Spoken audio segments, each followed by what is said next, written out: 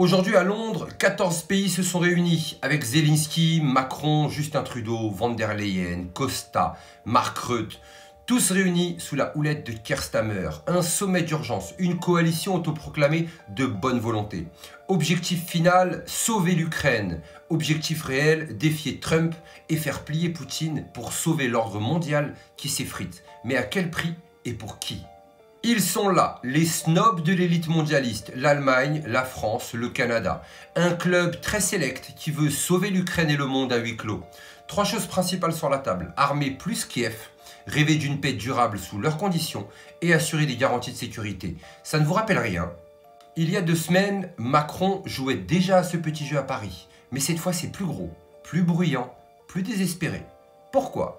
Parce que Trump, pragmatique et imprévisible, veut couper les vivres à leurs jouets ukrainiens. Et sans le dollar américain et les muscles de l'oncle Sam, que reste-t-il de l'OTAN? Une coquille vide ou une alliance qui fait semblant? Regardez les chiffres, les États-Unis portent l'OTAN à bout de bras. Sans leur argent, leurs armes et leurs menaces nucléaires, que pèse cette bande de moineaux face aux aigles russes et chinois? Keir Starmer parle de bottes au sol et d'avions dans les airs pour défendre l'hypothétique accord de paix. Mais attendez une seconde. L'Indépendant révèle que l'armée britannique n'a que 25 chars en état de marche. 25! Bon, allez, va pour 200. Et des troupes qui ne sont pas prêtes à se déployer. Alors on fait quoi? On fanfaronne?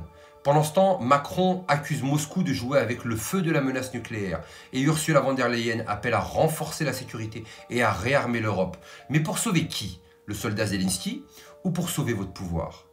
Et si tout ça n'était qu'une mascarade, une tentative des élites de garder la main sur un monde qui leur échappe? La Russie avance implacable. Trump veut négocier lui. Sergueï Lavrov le qualifie de pragmatique, doté de bon sens. Et ici, à Londres, on refuse la paix. Plus de guerre, plus de missiles, 5000 promis par le Royaume-Uni, plus de dettes financées par les avoirs russes gelés, plus de chaos. Mais posez-vous la question, qui paye réellement? Les peuples européens endormis laisseront-ils ces fous embraser le continent? L'Europe, ce paradis potentiel, riche, belle et puissante, est-elle condamnée à devenir le champ de bataille de ces psychopathes en costume? Et Zelensky, est-ce un héros ou un pantin? Et jusqu'où les entraînera-t-il dans sa chute? Alors dites-moi, ce sommet à Londres, c'est la naissance d'une coalition courageuse ou le chant d'un signe d'une perdition occidentale? Et l'OTAN, sans les États-Unis, c'est quoi? Une illusion? Une blague? Et vous là, derrière votre écran, quand allez-vous vous réveiller? Pendant qu'ils jouent aux échecs avec nos vies, la Russie, elle, attend patiemment et souveraine. Et le temps, lui, ne pardonne pas. Mais surtout n'oubliez pas, on n'est clairement pas au bout de nos surprises.